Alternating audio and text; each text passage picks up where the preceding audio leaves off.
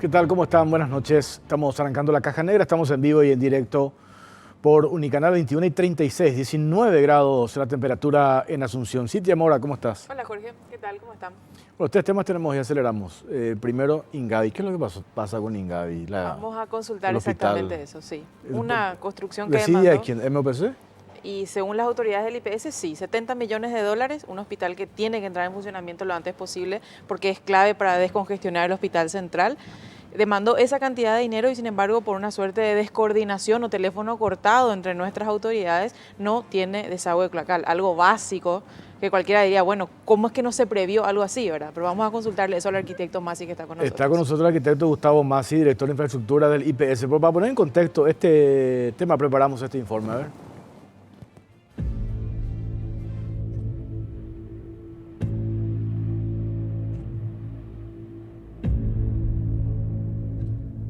Desidia del MOPC deja al hospital Ingavi sin desagüe cloacal. El hospital Ingavi del Instituto de Previsión Social no puede entrar en funcionamiento debido a que no cuenta con desagüe cloacal. La obra demandó una inversión de 70 millones de dólares y su funcionamiento es clave para descongestionar el hospital central. Las autoridades de la previsional responsabilizan de la situación al Ministerio de Obras Públicas. Esta cartera es la encargada de realizar las conexiones de desagüe cloacal de la ESAP, la cual debe desembocar en el arroyo San Lorenzo. La gestión de Arnoldo Wins al frente del MOPC en 10 meses no ha sido capaz de solucionar el conflicto y como muestra vale un botón. La última reunión que mantuvieron con responsables del MOPC sobre el tema fue hace un año. El problema de comunicación entre las autoridades del IPS y el Ministerio de Obras se produjo tras el cambio de gobierno. Con la abrupta suspensión de las obras del Metrobús, quedó sin solución el desagüe para el hospital.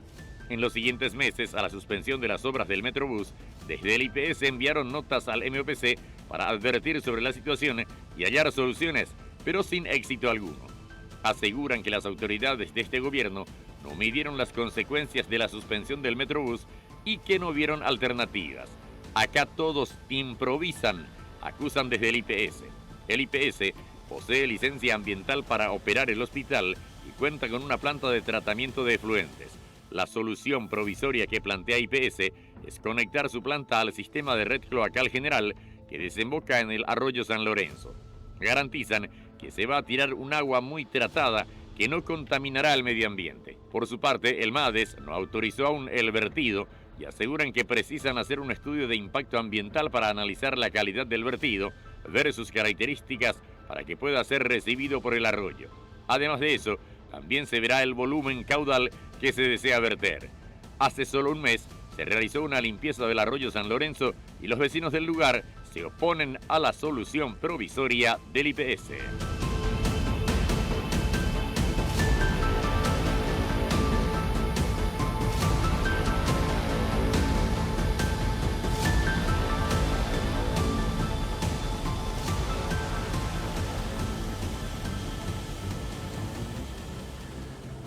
Arquitecto Gustavo Masi, ¿qué tal? ¿Cómo está?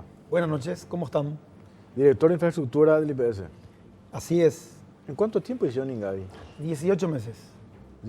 ¿Por qué se hizo tan rápido? A diferencia, digo, pues siempre comparamos las obras públicas que tienen un proceso lento, largo, engorroso. ¿Por qué hicieron tan rápido? ¿Cómo hicieron tan rápido? ¿Cuál fue la fórmula? Y bueno, realmente cuando a mí me convoca Benigno para ayudarle en el IPS, este era uno de los graves problemas con que contaba la institución, porque solamente se había hecho un pozo y se había entregado el 11% de anticipo de esta obra. Y había un pozo, un gran pozo. Yo tengo las fotos y las imágenes. Y 14 obras paradas. Y me llegó el momento de juntarme, de reunirnos con el gerente de salud, en ese momento el doctor Aníbal de los Ríos, el presidente de la institución, Benigno López, y los gerentes que llevó Benigno. Hicimos una reunión y era una necesidad hacer Ingavi. No había vuelta atrás. Bueno, nos juntamos, yo investigué, entré a ver los planos, me di cuenta que el proyecto era deficitario, o sea, había problemas de proyecto, de diseño.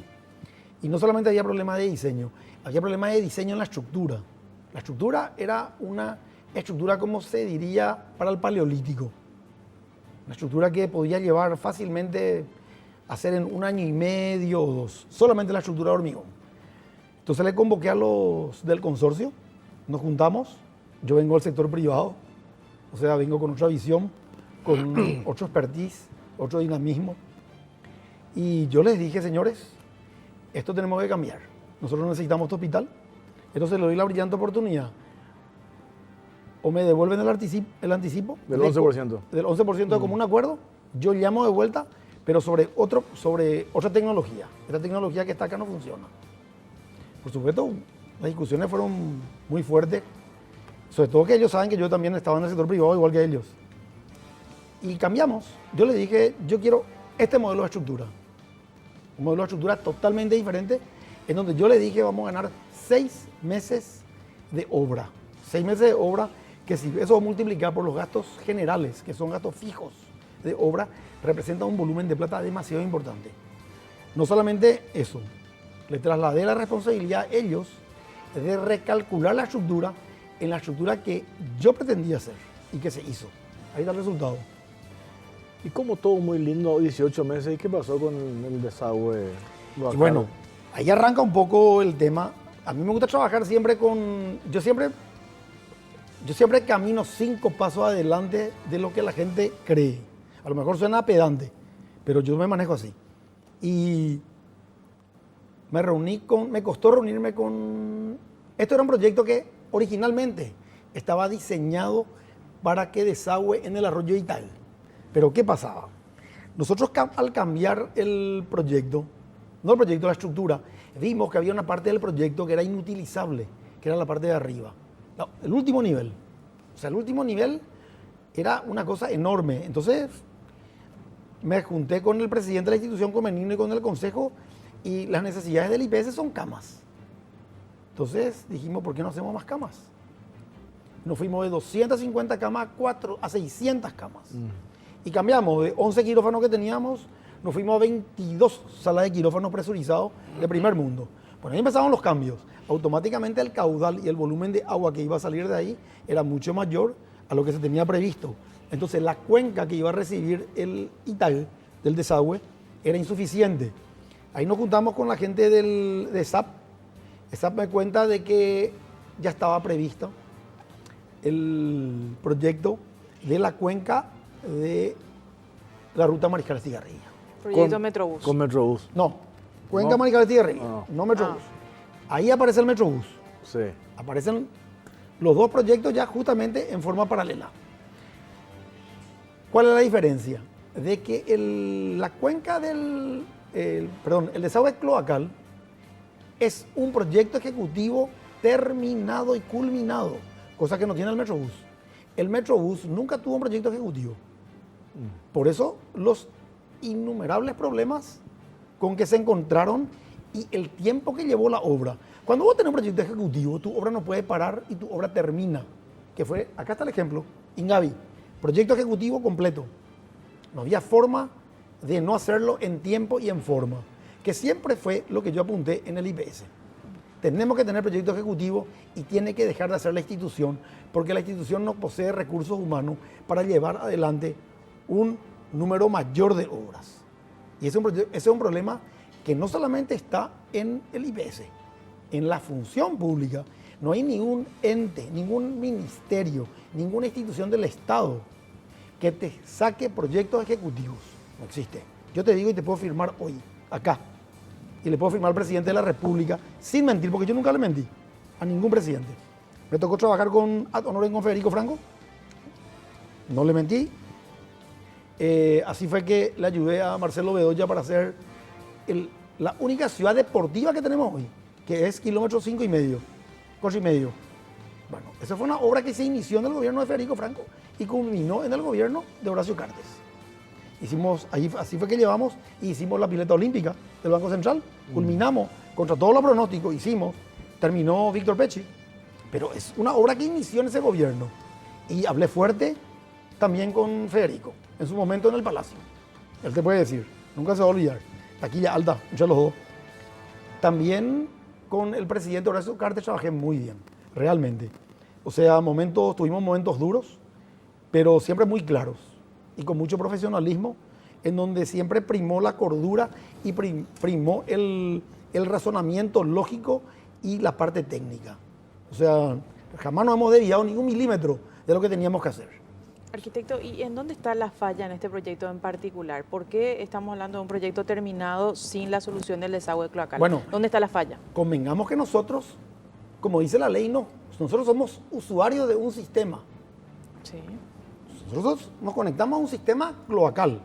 El sistema cloacal, de acuerdo a las conversaciones que llevamos adelante con la ESAP y con el proyecto ESAP y con la Comisión Metrobús, que en ese momento estaba el ingeniero Kraus, nosotros nos conectábamos a el desagüe que ellos venían haciendo sobre la ruta Maricaleti-Garriga. Ese era el acuerdo. Ese era el acuerdo. Ok.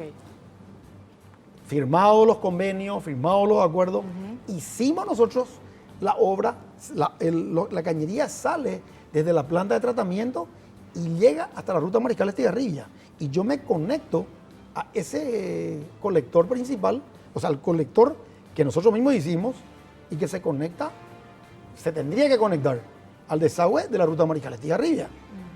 O sea, acá se confunde de que Ingavi iba a tirar sus desechos cloacales al arroyo San Lorenzo. No, el arroyo San Lorenzo es el destino final de un proceso de desagüe que viene unido a un sistema que va por la ruta Mariscal Estigarribia, que termina en otra planta de tratamiento al cual acceden un montón de usuarios y de eso va el arroyo San Lorenzo.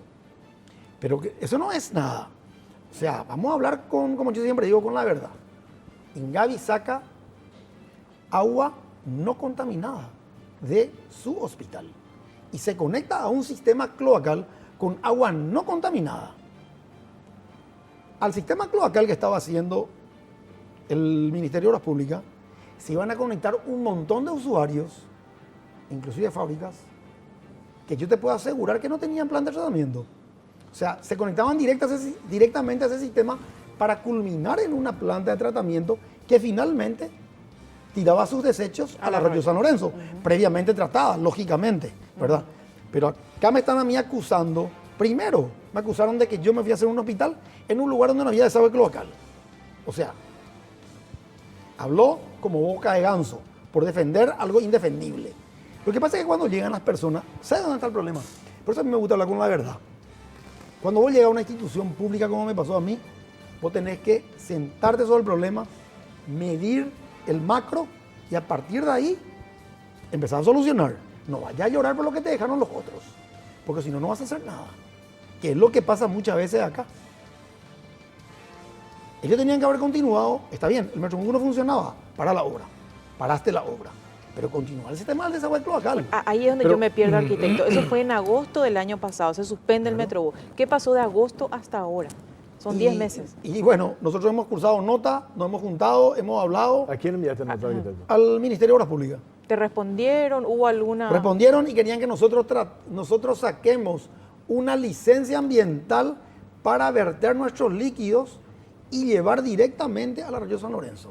Una locura. O sea, ¿por qué yo tendría que hacer esa obra? O sea, locura iba en el sentido de que yo tenía que generar una obra para llegar hasta el arroyo San Lorenzo. ¿Por qué tengo que llegar yo al arroyo San Lorenzo? Si estaba todo previsto para que yo me conecte a un sistema de desagüe cloacal que estaba previsto por la ruta Mariscal Estigarribia. Pero no se hizo por esa obra. Ay, bueno, I'm sorry so much, my friend. El problema es, hay que preguntarle al ministro por qué suspendió esa obra, que tampoco no le contaron a él, los nenes que están ahí, la verdad de la película. Acá pues, como yo siempre digo, ¿dónde comienza la verdad y termina la mentira? Así, no, hay otra frase, esa es la frase sólida y que vale acá, y que acá no se cuenta la verdad. ¿Por qué no le contaron al ministro que esa obra estaba involucrada, eran dos obras, era una obra de desagüe cloacal y una obra, o no sé si le contaron o no le contaron, realmente yo nunca toqué ese tema con él, o sea, ¿por qué suspendió uno y por qué suspendió el otro? Pero nosotros siempre le hemos cursado, te voy a decir más, me tocó discutir con el viceministro de Obra, que no es santo de mi devoción, entre paréntesis. ¿Quién es? El ingeniero Ignacio Gómez, pero a mí no me importa eso, porque yo digo la verdad. ¿Vos le llamaste a él? por este problema. No solamente le cursé nota, le respondí. Por la nota, pues eso no es... No, pero fuerte, fuerte. Es formal, ¿verdad? El presidente de la institución del IPS respondió bien y técnicamente. Ellos pretendían que nosotros saquemos una licencia ambiental que no me correspondía para irme al Arroyo San Lorenzo. No se manejan así las cosas. Y aparte acá... ¿Y usted qué planteó, arquitecto, ante esa propuesta de obras públicas? No, nos seguimos peleando. Si yo terminé mi obra en tiempo y en forma, terminé mi conexión al desagüe cloacal, son ellos los que tienen que hablar con ESAP. Este es un problema del Ministerio de Obras Públicas y ESAP. Entre ellos se están pasando la pelota. Dos entes que no entiendo cómo están. O sea, te diría dos entes estancos. Te puedo asegurar que no trabajan en forma conjunta, como tiene que ser. Porque aparte este es un tema entre casas que tendríamos que haber solucionado hace... Como decís vos, 10 meses pasaron de eso. O sea, el anuncio de la suspensión de la obra Metrobús, lo que pasa es que en el MOPC también, yo entiendo, ellos suspendieron la obra Metrobús, pero no tenían un plan B. No tenían un plan B, eso hasta ahora, ¿verdad? Hasta ahora me parece que no tienen ni idea qué van a hacer con eso. No se sabe qué va a pasar. Y no solamente el problema con INGAVI, el problema hoy que saltó, ¿verdad? Pues ahí tienes todo el problema de toda esa gente, todas esas obras que no sabes en qué se va a usar. Pero ¿cuál es la respuesta? Entiendo este relato que hace el arquitecto, pero hoy para la gente suena muy a excusa. Por eso es excusa, ¿verdad? Porque vos qué querés, se invirtió acá 70 millones de dólares en este gigante, este monstruo, este hospital, como decía Cintia, va a descomprimir el hospital central y hoy, pues por un problema de desagüe cloacal no podamos habilitar. Bueno, yo creo que ellos tienen que continuar con la obra del desagüe cloacal. MOPC. Culminar. Independientemente del tema, independientemente de lo que se defina que hacer con el Metrobús. Totalmente independiente. Tienen que terminar el desagüe cloacal, terminar la planta de tratamiento, que la planta de tratamiento está claro que va a llevar 2 años. Pero por lo menos no le permitas conectar. Si tanto, o sea, yo estoy de acuerdo, hay que cuidar los cauces hídricos, porque no puede ser que se siga contaminando el río Paraguay y también se contamine el lago Pacaraí. Entonces, que se conecte a ese sistema la gente que no va a contaminar el lago y el resto que siga trabajando con su pozo ciego y como tiene que ser. Claro, que no se conecten todas esas fábricas que dijiste que tendrían que conectar. Que no se conecte nadie. O sea, vamos a conectarnos nosotros. ¿Por qué tiene que hacer ese trabajo el MADES? Bueno, claro, el MADES... Determinar si quién contamina, quién saca agua limpia y quién no. O sea, no agua limpia, bueno, desecho limpio. Pero el MADES yo creo que tiene que tener luego un... O no contaminante. Yo creo que el MADES debe tener un mapa de, por ejemplo, fábricas, curtiembres, estaciones de servicio, de todo lo que desemboca de esa cuenca. Y a partir de ahí hacer un control exacto para ver quién tiene plan de tratamiento y quién no. Arquitecto, ¿cuál es la situación actual? Desde el MADES nos habían dicho que ustedes tenían que presentar ciertos estudios o no sé qué son, ¿verdad? Para poder hacer o de vuelta un examen acerca de la calidad o de la cantidad, mejor dicho, del vertido que ustedes pretenden realizar de forma provisoria. ¿En qué situación está ahora? Bueno, nosotros presentamos todos los papeles. ¿Por qué? Porque tenemos que hacer una obra. De nuestra cañería principal, por la calle Wenceslao López, creo que se llama, tenemos que hacer una conexión a un ramal existente que existe, un tramo existente. ¿Desde la planta de ustedes? Desde la red cloacal. Ah, desde la red, ok. Tenemos que conectarnos a una parte de la red existente y otra vez de esa red existente culminar en el Arroyo San Lorenzo. O sea, finalmente nosotros tenemos que hacer la red. Espectacular. ¿Y por qué no hacen? No. Y presentamos ahora los papeles. Porque evidentemente no sabemos en qué va a terminar el tema del desagüe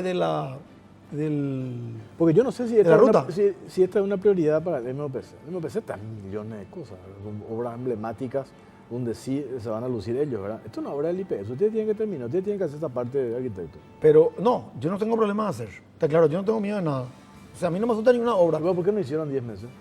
Pero ¿cómo si estaba previsto que se culmine esa obra? Pero ya no hicieron, pues. Ya paró la obra Metrobús, entonces para no dejar colgado nomás. Y no teníamos nosotros respuesta de que nosotros teníamos, que nos decían, hagan ustedes, terminen ustedes. Si vos me decís eso, hace rato yo hubiese hecho lo que tenía que hacer. Que el MOPC encargue. O sea, que me manden por escrito una nota. Nosotros no vamos a hacer esto, hagan ustedes, véanse ustedes. O sea, el español es muy claro. Tenés que responder nomás. Vos tenés las notas que enviaste para demostrar que decís que hablar con documentos. Una nomás mostrar que le enviaste al MOPC en la nota en la que dice ustedes tienen que terminar y nosotros estamos aguardando eso. Tengo una nota en donde acá tengo el plano aprobado inclusive por la SAP. Plano aprobado por la SAP de la obra. calcula. Y me dijeron que yo me fui a hacer una obra donde no había... Eso, tengo la recepción final de obra del desagüe cloacal. Recepción final de obra, acá está. Tanto de la SAP como como la del... la municipalidad de Fernando de la Mora. Los dos. No, dos. Acá tengo una nota donde le mando el 5 de junio del 2019. Al viceministro ahora, Ignacio Gómez. Acá tengo una nota en donde le hago un relatorio de todas las notas que le hemos enviado. Completo. Le hago un relatorio, una historia le conté acá. ¿Y te respondió?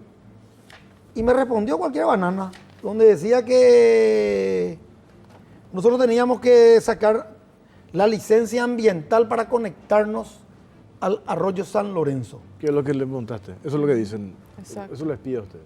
Eso es lo que el MADES pide ahora. Bueno, el MADES. Pero está en una obra del ministerio, no en una obra del IPS. O sea, yo tengo que malversar la plata.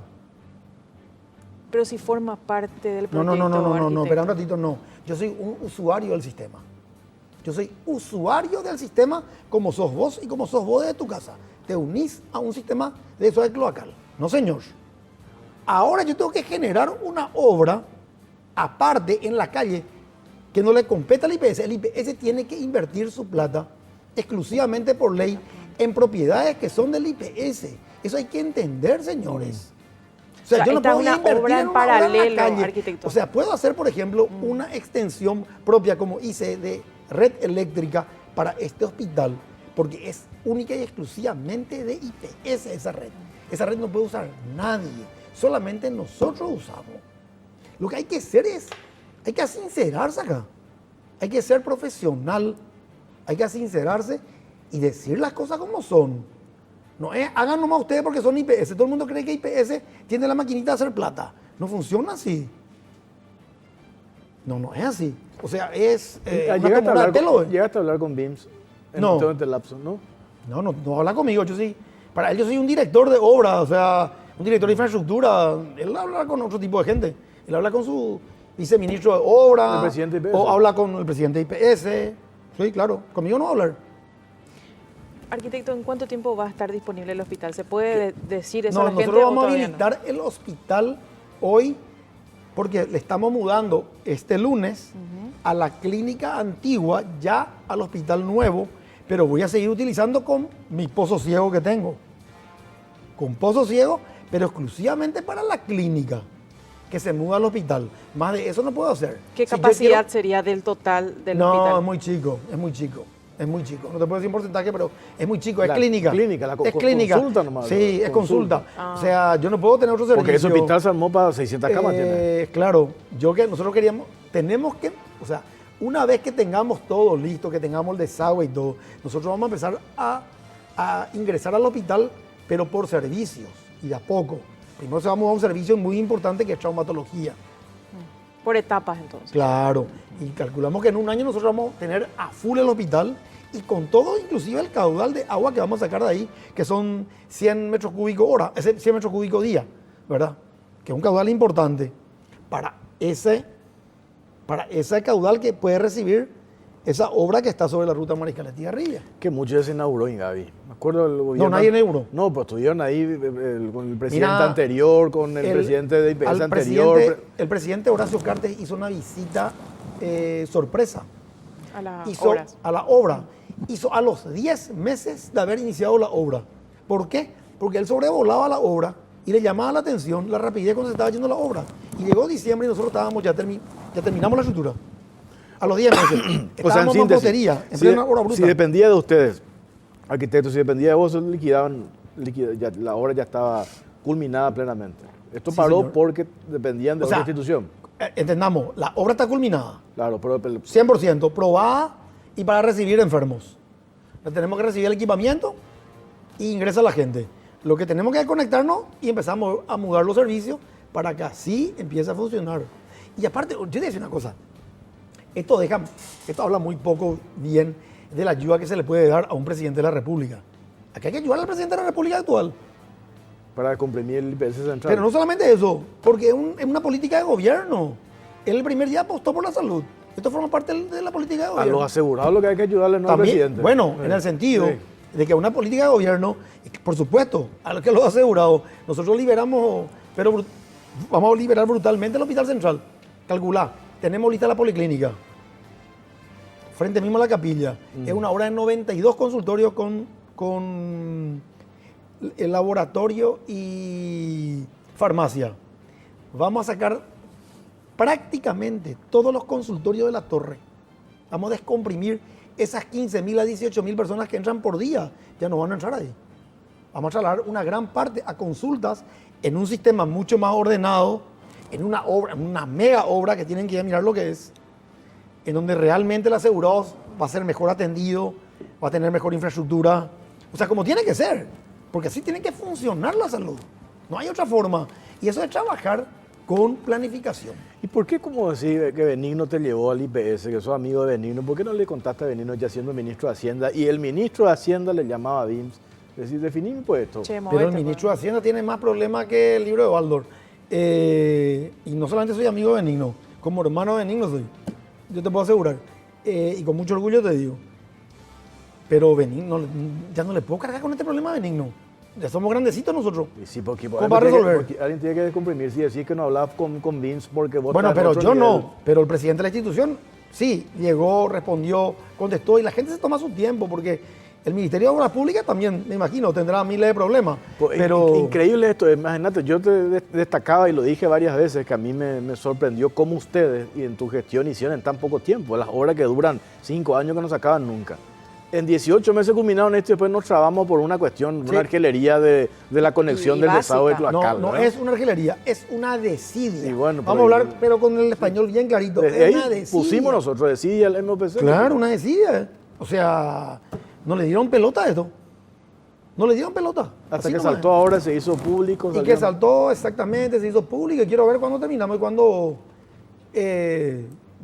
No tengo problema, le estoy poniendo toda la garra. Nosotros estamos con 18 horas hoy. En todo el país. En todo el país. 18 horas. Que vamos a terminar. Una precisión nomás, arquitecto, ahora que recuerdo. Sí. Se publicó también en uno de los diarios que el caudal que puede llegar a vertir este nuevo hospital es inmenso y que no estaría ajustándose a... 100 metros cúbicos día. No es tampoco para volverse loco. No te saca el sueño. Perfectamente recibe el desagüe que nosotros hicimos sobre la calle Ingavi y que llega, se conecta con el futuro desagüe que va a estar sobre la ruta Mariscal de Tigarrilla. Lo que me va a generar problema es si me voy para aguas arriba porque tengo que hacer una una estación de bombeo y bombear hacia la Itaú. O sea, me va a llevar más tiempo porque una licitación es una licitación pública otra vez. Una licitación pública, ¿cuánto te lleva? Fácil 3 meses.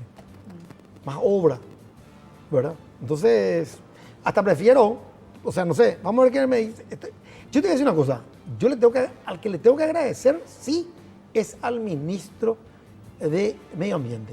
Ariel Oviedo. A Ariel Oviedo le tengo que agradecer. ¿Por qué? Porque Ariel Oviedo, desde el momento cero que se enteró de este problema, nos convocó a una reunión al ministerio y nos juntamos con él. Y yo siempre estuve muy predispuesto a solucionar. La gente del ministerio, ¿qué se fue a hacer? A poner justificativo. Y estas pues no son reuniones para allá poner justificativo. Solución, así, ¿no? Vos tenés que solucionar las cosas dentro del país. O sea, el país ya no puede esperar. El país necesita solución en todos los órdenes. Si en IPS tenés 18 horas, hiciste más horas que BIMS. Vos te tenés que ir como ministro de obras. Bueno, públicas. eso yo ya no toco. Bueno, dale, arquitecto, gracias por tu tiempo. Gracias, Bueno, a las muchas órdenes. gracias. Seguimos en contacto. Vamos a la pausa, Cintia, a la vuelta. Vamos a hablar sobre zonas liberadas del EPP. Esto que pasó en Liberación, San Sí. Pedro, y esto anoche Anoche. en Amambay, ¿verdad? Sí, departamento de Amambay. Llama la atención que fue el primer ataque... Araroqué se llama la, Araroqué, la localidad. Exactamente, queda a pocos kilómetros de Federico Pedro Juan Delfino Caballero. confirmó, el EPP. Se trata del Revisaron EPP los panfletos Y se trata del primer ataque de esa envergadura en esa zona del país. y utilizaron indígenas. Aparentemente sí. Bueno, a la vuelta de la pausa, ya venimos.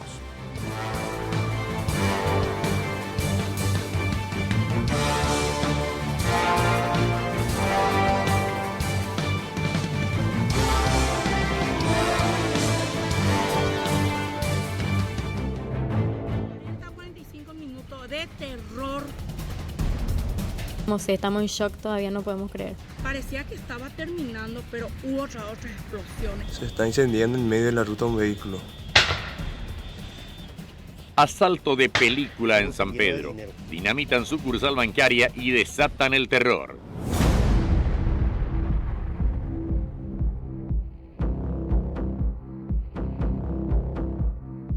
Un grupo tipo comando tomó por asalto la madrugada del domingo la ciudad de Liberación, departamento de San Pedro. Los delincuentes dinamitaron la sucursal de un banco y se llevaron parte del botín.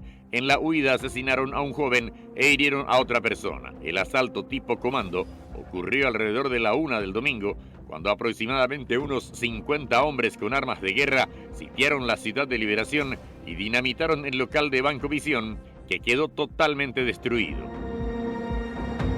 Los criminales llegaron a sitiar la comisaría local y contaban con francotiradores, destacaron los fiscales Irma Arias y Marcelo Pecci, quienes encabezan la investigación. En la comisaría de Liberación solo están asignados 8 agentes policiales que se dividen en 4 por turno. Es decir, mientras unos 50 delincuentes sitiaban la zona, solo 4 policías estaban en servicio. El terror, en medio de explosiones, balazos y muerte frente al Banco Visión, duró unos 20 minutos. Los malvivientes hablaban guaraní y portugués y llegaron al lugar en 2 vehículos, según datos revelados por los investigadores. Durante el tiempo que duró la operación, algunos jóvenes que circulaban por la zona fueron alteados y despojados de sus vehículos, que luego fueron incendiados a mitad de camino. Esto sirvió como barrera para que la policía no pueda seguir a los delincuentes. Los maleantes colocaron una vez la dinamita y, como no se dio la bóveda, colocaron más gel. En el segundo intento tampoco se pudo abrir la bóveda y en el tercero cayeron los pilares, lo que imposibilitó que se llevaran todas las bolsas de dinero. Los criminales colocaron clavos Miguelito en un tramo de la ruta para impedir la rápida llegada de los refuerzos policiales. Según las primeras informaciones, el abatido era un ciudadano que se acercó al lugar por curiosidad, mientras que el herido era un transeúnte que circulaba por el sitio. El ministro del Interior consideró llamativo el despliegue, la violencia y el armamento utilizados por los asaltantes que tomaron el Banco Visión. Villamayor, además de mostrarse sorprendido, dijo que están analizando otras posibilidades que no solo hacen al asalto. Villamayor reconoció también que la Policía Nacional está sobrepasada por las bandas de delincuentes, no solo en San Pedro, sino en todo el país. Pidió que se mejoren los recursos para equipamientos y armamentos policiales. En el 2017 ocurría un asalto tipo comando en la empresa Prosegur en Ciudad del Este. Las características son muy similares al hecho ocurrido el domingo en San Pedro.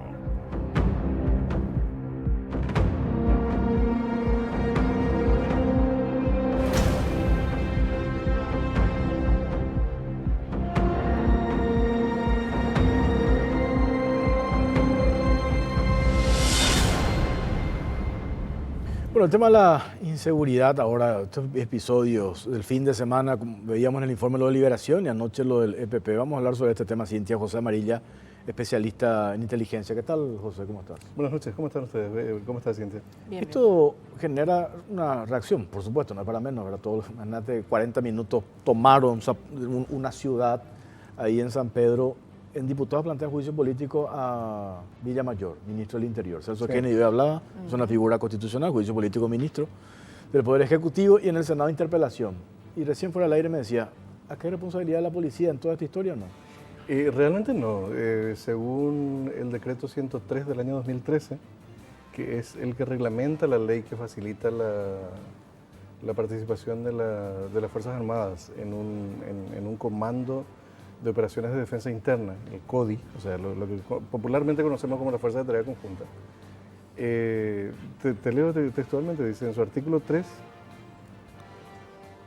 este decreto dice, determínese que los integrantes de la Policía Nacional y de la SENAT, desplegados en los departamentos mencionados, es decir, Amambay, Concepción y San Pedro, pasarán bajo el control del comandante del CODI.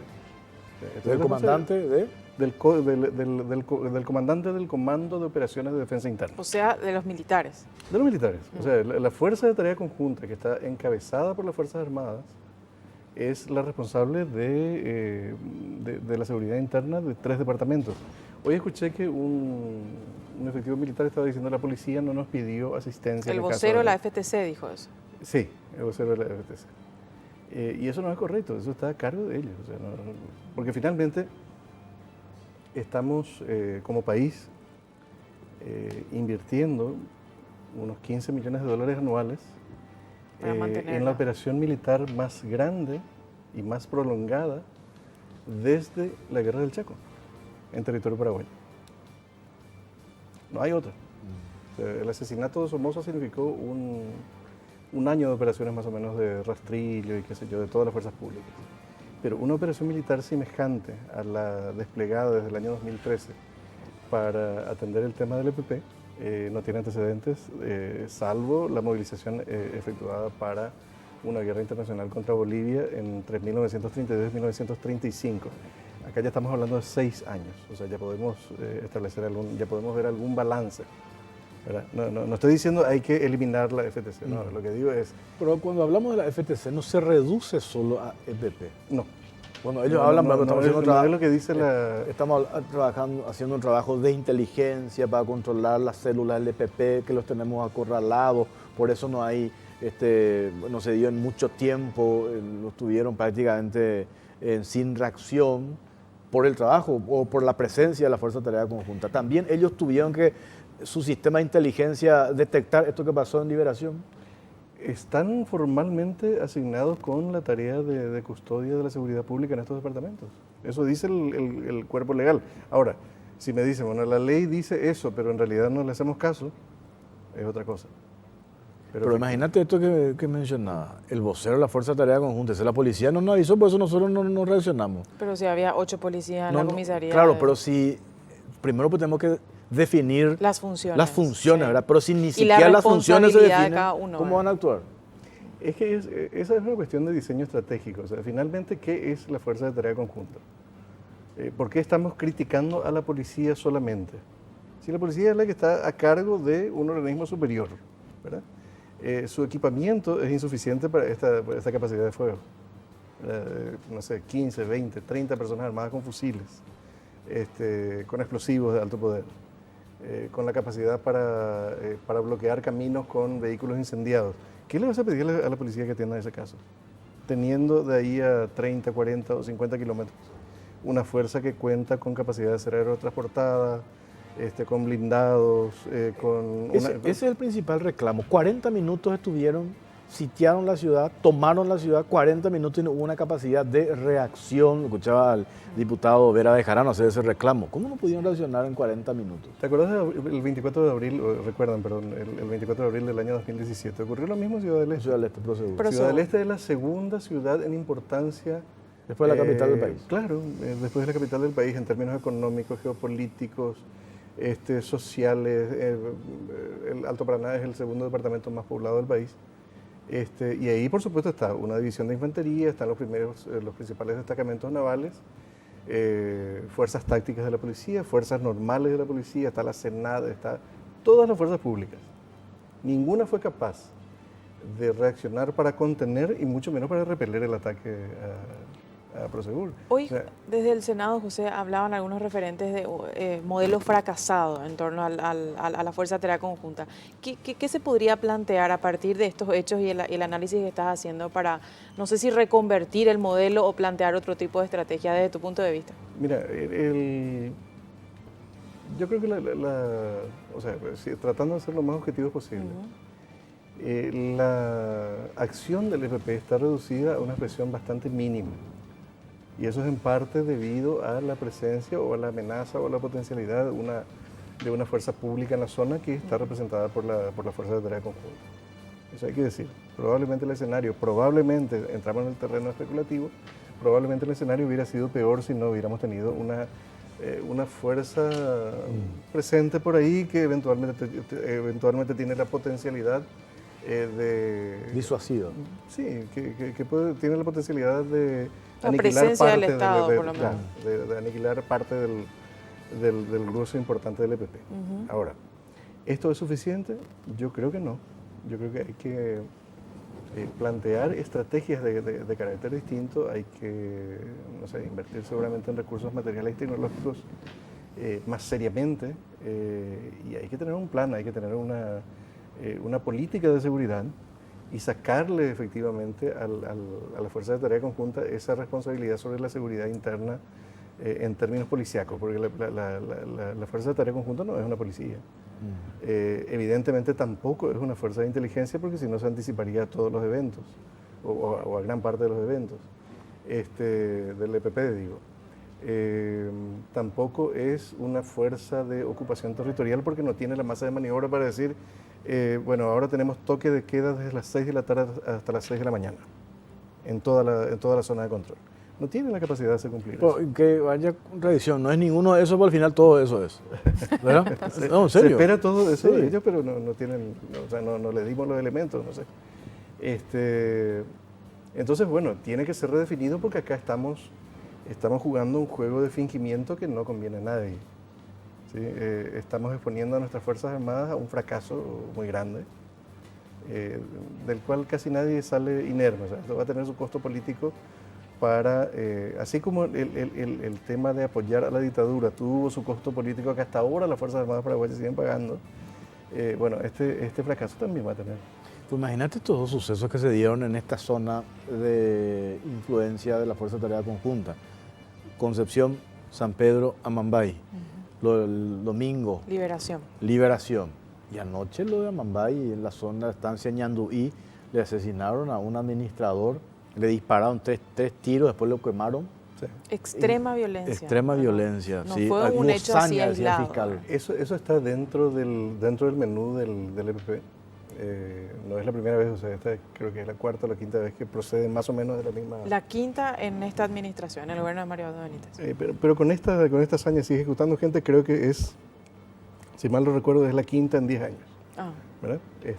Solo que en uno de los ataques de una vez mataron a 5 trabajadores de una estancia, por ejemplo, incluyendo al administrador. Bueno, esta vez la víctima fatal es una. Y digamos que está dentro de un menú habitual y es más privado. Acá lo más preocupante para mí es el hecho de la toma de una ciudad en un área que está militarizada, porque nuestro primer reflejo autoritario de los recuerdos de Conestrana, vivíamos mejor, es que salgan los militares a la calle, que se hagan cargo. Pero sí, esta es una zona militarizada. Una base de operaciones está en Santa Rosa de la Guardia. Claro, señor. Está 40 kilómetros de 30 kilómetros de Liberación. cruce de Liberación. Efectivamente, tienen medios aéreos, tienen blindados. En 5 minutos llegan helicópteros. Y por la ruta también llegas, o sea, un domingo de madrugada, a una velocidad promedio de, digamos, de 100 kilómetros por hora. ¿En cuánto tiempo hace? Sí. Yo le escuché hoy hablar al intendente de Liberación contando miserias. Estamos hablando de una ciudad que creció muchísimo, especialmente comercialmente. 30.000 habitantes. 30.000 habitantes, exacto. Tienen un puesto de salud que se abre de lunes a viernes, de 7 de la mañana a 7 de la tarde. Ese día del atentado, él tuvo que llevar al herido en su propio vehículo hasta un hospital en Choré, después hasta Santa Rosa. Condiciones mínimas para una ciudad así de importante ya a nivel comercial y más aún por el contexto que le rodea a San Pedro, es increíble que esté así abandonado. La diputada Celeste Amarilla ayer, no sé de tu pariente, dijo, me hace recordar la banda de Choré, con el tema de cómo se inicia el EPP asaltando... Que tienen un intento de recaudar de vuelta. Porque ya como no están haciendo secuestros, se quedaron sin fondos, sin plata. Entonces, como que para hacerse de dinero... Tienen otros mecanismos de extorsión a los ganaderos y demás que... Pero plata grande, digo. Solo sí, claro, ganadero claro. es tipo una cuota fija cada mes, no sé cuánto. Una vacuna. Claro. Y es probable, o sea, yo no veo ningún síntoma que descarte la participación de gente del EPP en esto, en este evento del banco. ¿Verdad? ¿Por qué? Porque al no haber una consecuencia inmediata, una consecuencia fuerte para quienes intervienen en este tipo de eventos, se va creando el ambiente para que haya una simbiosis criminal. ¿Sí?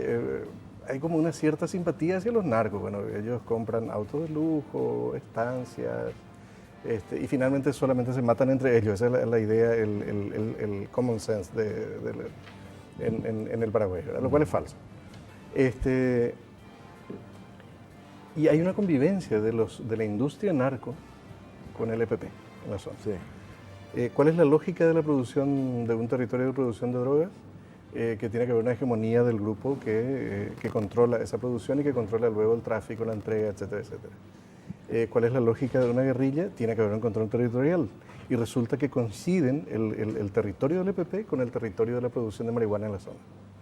y con los caminos de tránsito, y no se combaten entre sí. ¿O alguna vez ustedes escucharon que los LPP se hayan enfrentado con los narcos y que los narcos hayan Al salido? contrario, de la mano andan. Por eso. Entonces, se crea una simbiosis criminal que facilita cosas como la que vimos en Cruz de Liberación. ¿Verdad? Brasileños, que tal vez sean del PCC o tal vez no, entrenando o dirigiendo una operación ejecutada por paraguayos, dicho sea de paso, no tan mal ejecutada, se llevaron por lo menos la mitad del botín, ¿verdad? No se les cayó encima el edificio. El manejo de los explosivos no es una cuestión fácil. No, aparte, como estaban adiestrados Por de eso. clavos Miguelitos para que no le sigan una patrullera, Efectivamente. francotiradores frente a la comisaría. O sea, estaba muy bien Un diseñado. alto nivel de organización. ¿Quién nos garantiza que de esas 20 o 30 o 40 personas que participaron de esa operación, 10 no eran del EPP, por ejemplo, aprendiendo, transfiriendo o dando cobertura a la gente que efectuó la operación? Pues finalmente, mover 40 personas armadas no es una tarea fácil ni siquiera en el desierto del Sahara.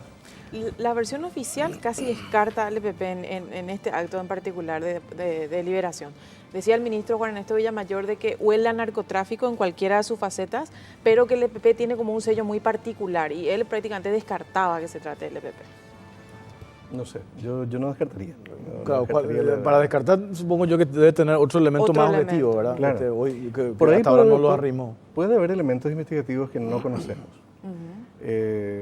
Está confirmado de fuentes muy bien informadas que hubo paraguayos participando de este tema y que parte de ellos por lo menos es gente que pertenece a bandas delictivas locales que están vinculadas con la gente que está presa hoy en las prisiones de San Pedro.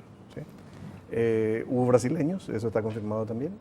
No sabemos, yo por lo menos no sé si son efectivos del EPP, si son soldados del PCC, pero hubo brasileños también participando. O sea, acá hay una colusión de intereses, una coincidencia de intereses entre bandas criminales que están ya bastante lejos de la frontera. A 200 kilómetros están en la frontera. Y no huyeron hacia la frontera, huyeron hacia el interior del país. Quiere decir que están en Paraguay, Choré, probablemente. Santa Rosa de Guaraí. Claro. ¿Y quiénes controlan esos territorios?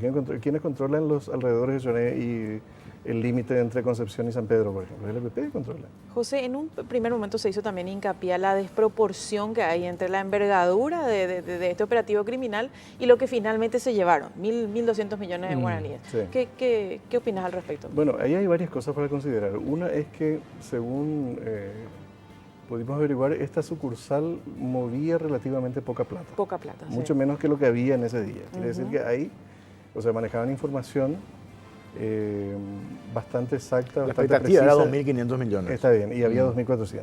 ¿Sí? Pero esta sucursal mueve 300 millones por día más o menos. O sea, saben qué día hay 2.500 y no 300.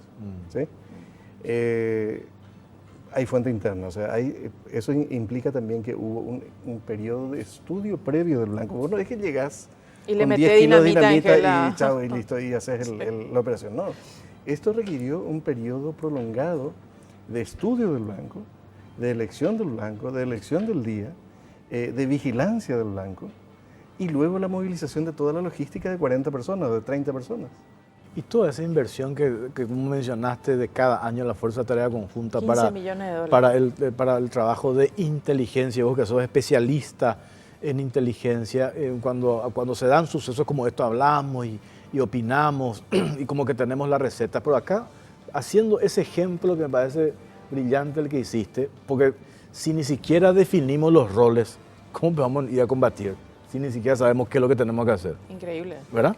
Sí. Si el vocero de la Fuerza de Tarea Conjunta dice la policía no nos avisó y él es su comandante, el responsable de lo que pasa en esos 3 departamentos, partamos entonces de redefinir esto. Claro, como mínimo tenemos que hacer una redefinición, un rediseño estratégico de toda la operación relacionada con estos departamentos y no solamente con el EPP.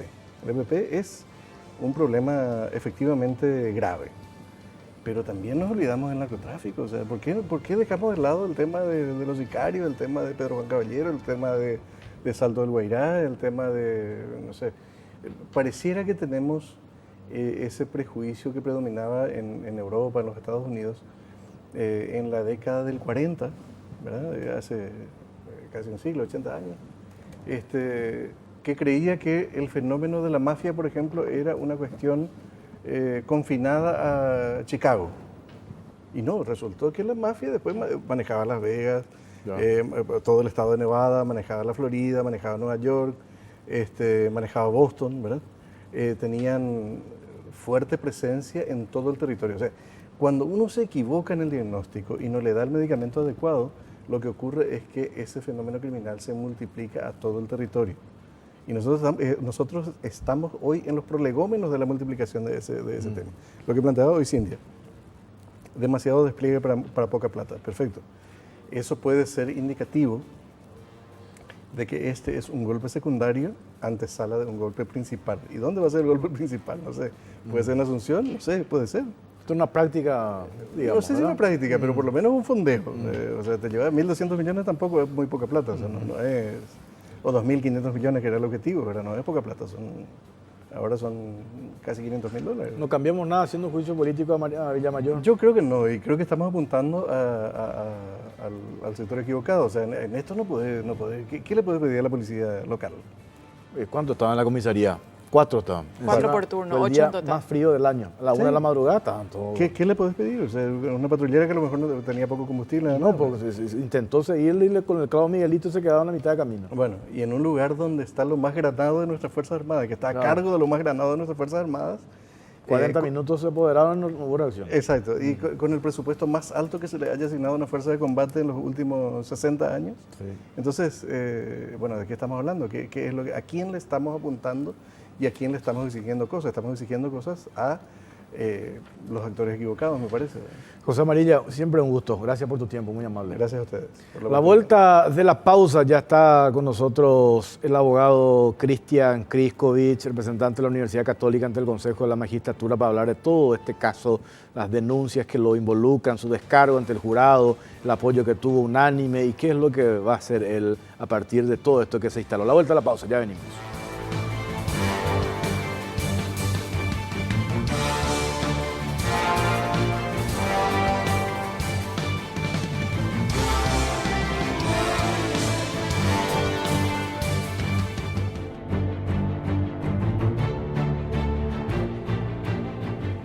Bueno, seguimos en la caja negra, estamos en vivo, 22 y 35, 18 grados la temperatura en Asunción. Está con nosotros el abogado Cristian Kriskovic, miembro del Consejo de la Magistratura. ¿Qué tal, doctor? ¿Cómo le va?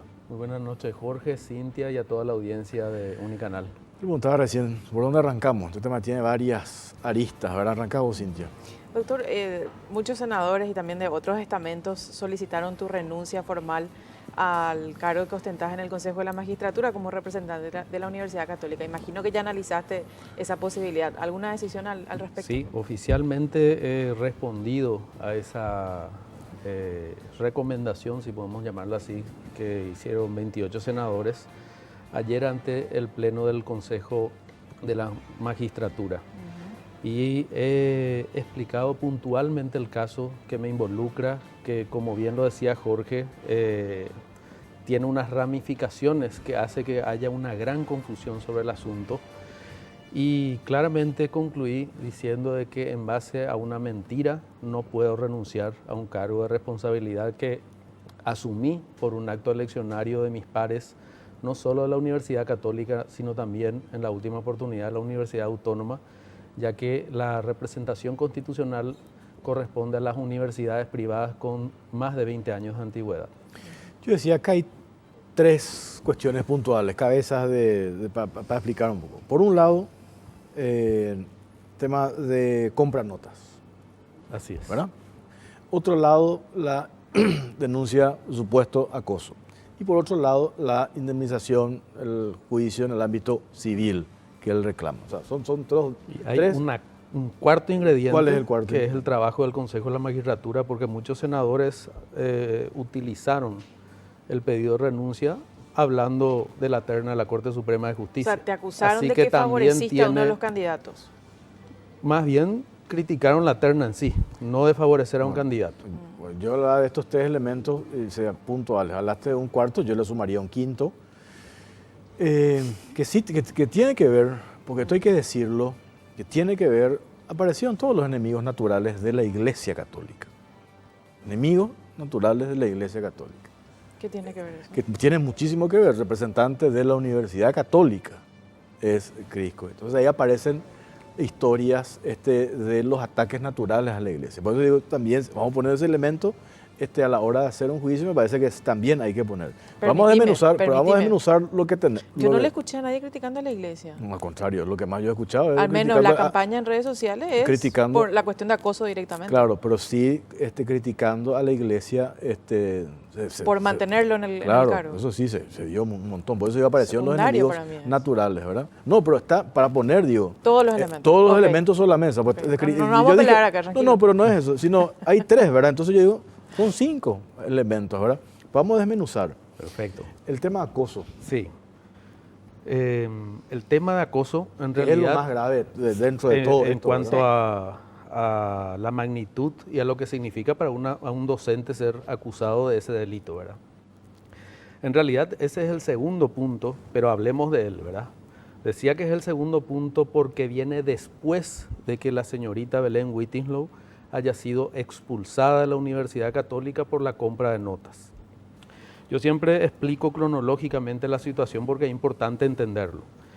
Ella fue mi alumna en el primer semestre del 2013. Hasta julio significa eso. La compra de notas salta en la Universidad Católica y a nivel nacional el febrero, marzo del 2014. A partir de ahí, ella ya es incluida en una investigación interna de la Universidad Católica, un sumario dirigido por una persona intachable como es el doctor Antonio Telechea, hoy ya fallecido, y a la par interviene desde el primer momento el Ministerio Público.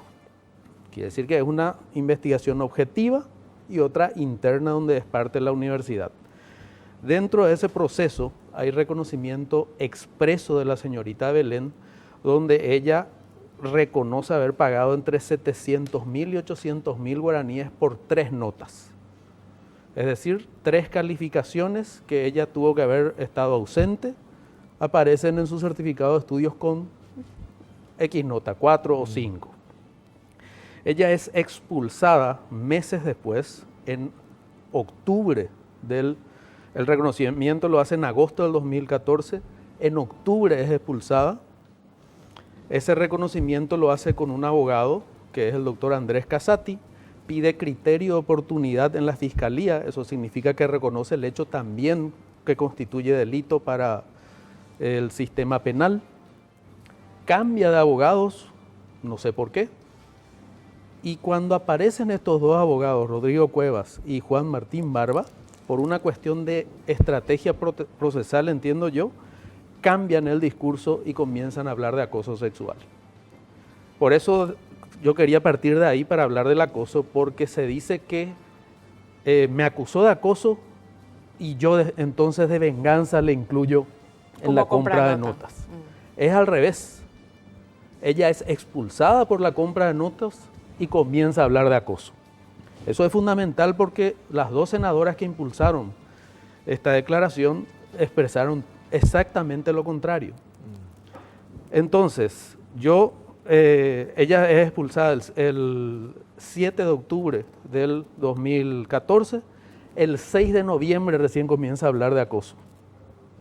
Un mes después, yo me someto a la causa de acoso, no realizo ningún acto, ninguna chicanería, ningún incidente, se realizan pruebas testificales, se le intima a ella a presentar el celular, ese día le recusa a la fiscal, eso hay que decirlo, se cambia el fiscal y con lo que hay en la carpeta fiscal, que son una serie de impresiones de mensaje que ella hace, el fiscal determina que con esos elementos agregados por la propia víctima no se puede hablar de acoso.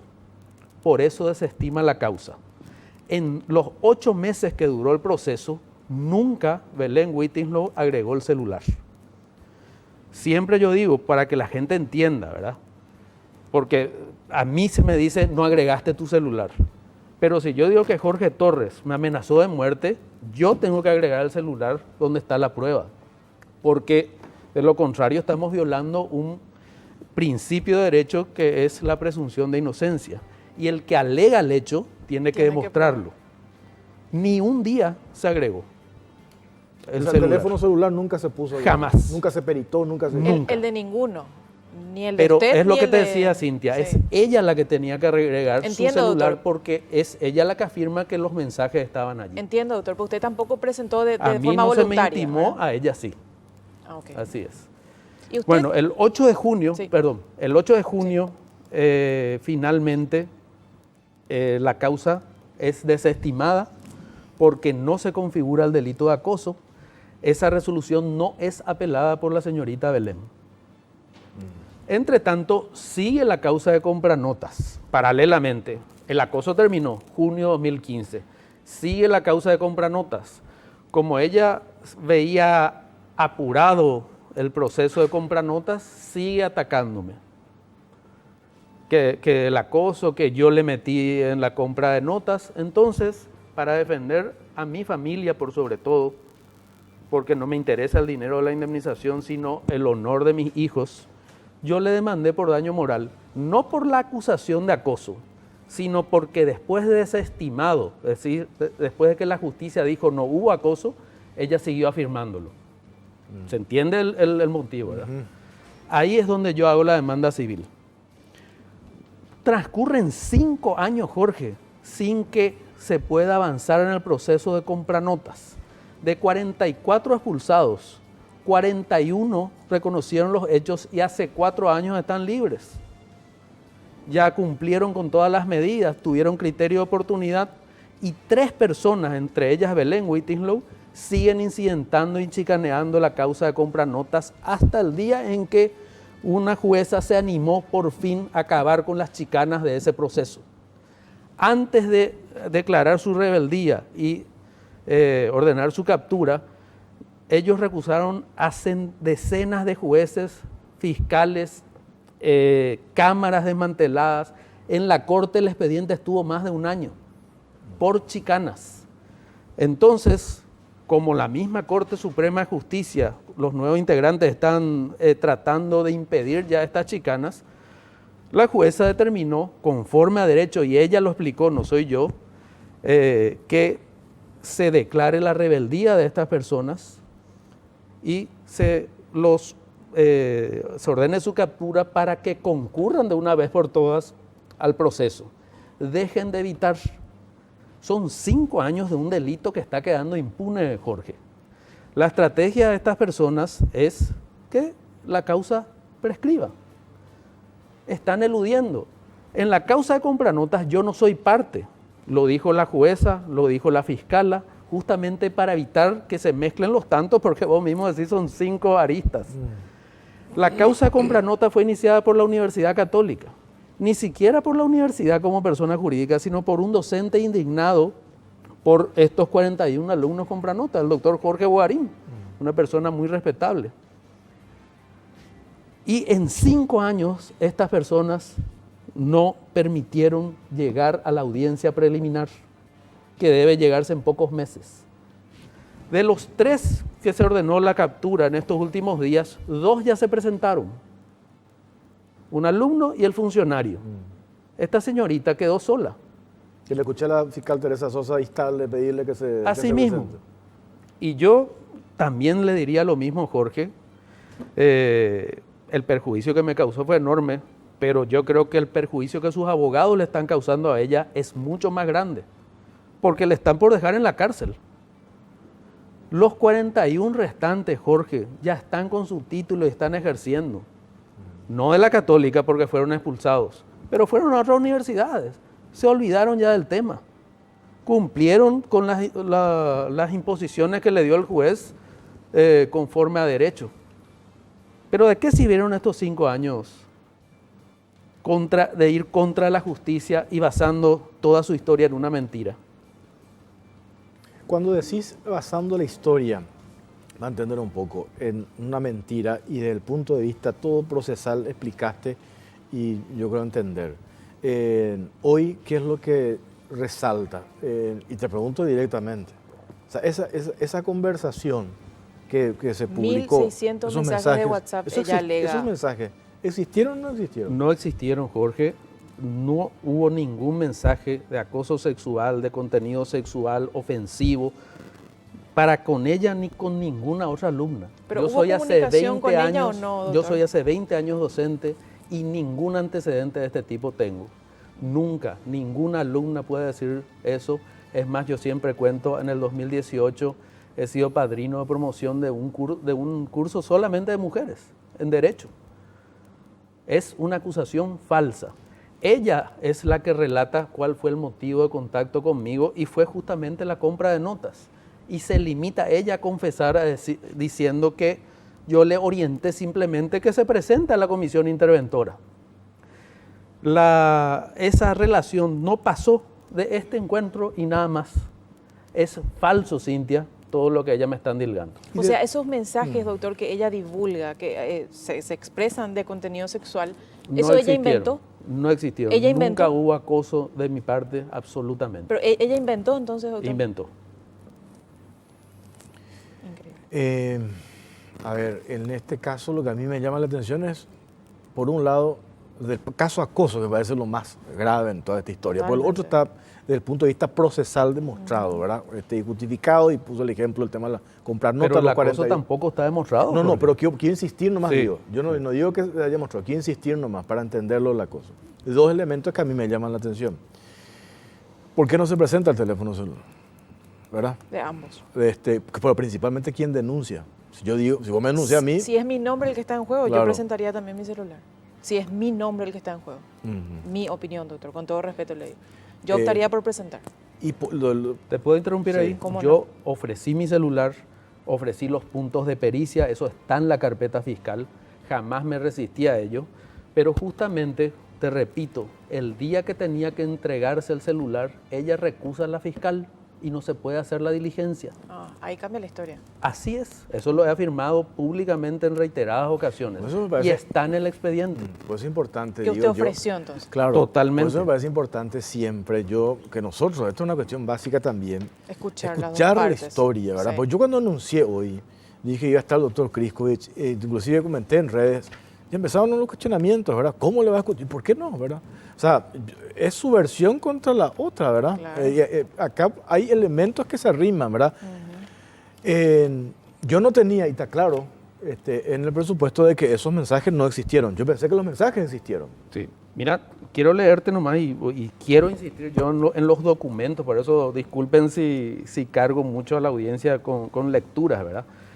La recusación es del día 24 de marzo y ella afirma claramente, primero la ataca porque no le dejó participar de una audiencia testifical, dicho sea de paso, una testigo ofrecida por ella que confirma que yo nunca le falté el respeto y que ella nunca le dijo nada, ¿verdad? Pero en cambio usted misma nos ha notificado para que designemos perito y puntos de pericia, lo que te decía Cintia. A lo que me pregunto, ¿por qué antes no éramos parte y ahora de la noche a la mañana ya somos parte? Le están dilgando que le citó para ofrecer perito. Y ese día le recusa. Y le recusa de la peor manera, Cintia, vos que sos mujer, por eso me dirijo a vos, porque le dice, por esto, señora agente fiscal Liz Nadine Portillo, mi parte ya no confía en su persona. Es más, lo que me genera, como lo manifesté, un exacerbado odio, rencor, resentimiento e ira hacia su persona. Deseo que le suceda lo mismo a usted. Está hablando del acoso. O algún familiar suyo. Y que la causa, de hecho, lo investigue una fiscal como usted. Así son el tenor de todos los escritos de estos profesionales y la señorita Belén. Agresivos, ofensivos y cero jurídicos. Doctor, una precisión. Sí. ¿Usted fue investigado en el marco de esta causa siendo miembro del Consejo de la Magistratura? Sí, ya fui. Yo soy miembro desde agosto del 2013, si no estoy equivocado, pero desde 2013. Bueno, y ahí es donde yo me pregunto ahora, ¿cómo me animaría yo a investigarle a alguien que mañana puede decidir mi cargo? Pero no es así, porque es un cuerpo colegiado de 8 miembros, donde desde tiempo antes es todo un proceso objetivo donde todo se publicita y se elige por puntos. Entonces, eso no es así, no se me puede a mí matar civilmente y evitar que yo me defienda o concurra a la justicia por ejercer un cargo público. Ahí yo soy un ciudadano común, Cintia. Pero usted no es un ciudadano común, doctor, siendo miembro del Consejo de la Magistratura. Pero somos 8. Yo solo no puedo decidir Pero es nada. parte. Pero se decide por mayoría entre 8. Mi voto individual no puede influenciar sobre los 8. Lo otro que yo decía que a mí me llamó la atención, ¿por qué cuando se desestima la denuncia por acoso, por qué no se apeló? Así mismo. También. O sea, por eso yo decía estos dos elementos que a mí me llaman la atención, ¿verdad? No se arrima el teléfono para hacer la pericia, que es fundamental, ¿verdad? Sí, porque hoy en día cualquier cosa puede... Claro, porque yo he dicho, acá cuántas aplicaciones para hacer mensajes ahí. Y después lo otro, ¿por qué no se apeló? Cuando se desestima la causa. Son cuestiones que llaman la atención, ¿verdad? Y justamente eso es lo que motiva mi demanda. No apela, no insiste en el hecho, quiere decir eso para que la gente nos entienda, porque la apelación suena muy procesal. No insiste en el hecho, pero cuando se le complica el tema de compra notas, vuelve a tocar el tema. Que es igual que ahora. Que es otro hecho. Otro hecho del cual yo no soy parte. Mi firma, es decir, no fue falsificada, ni siquiera estoy ahí como denunciante. No soy parte. Sin embargo, es la señorita Belén la que vincula siempre los dos hechos. Como estrategia procesal. Vamos un rato, tengo que hacer un corte. Ya venimos enseguida.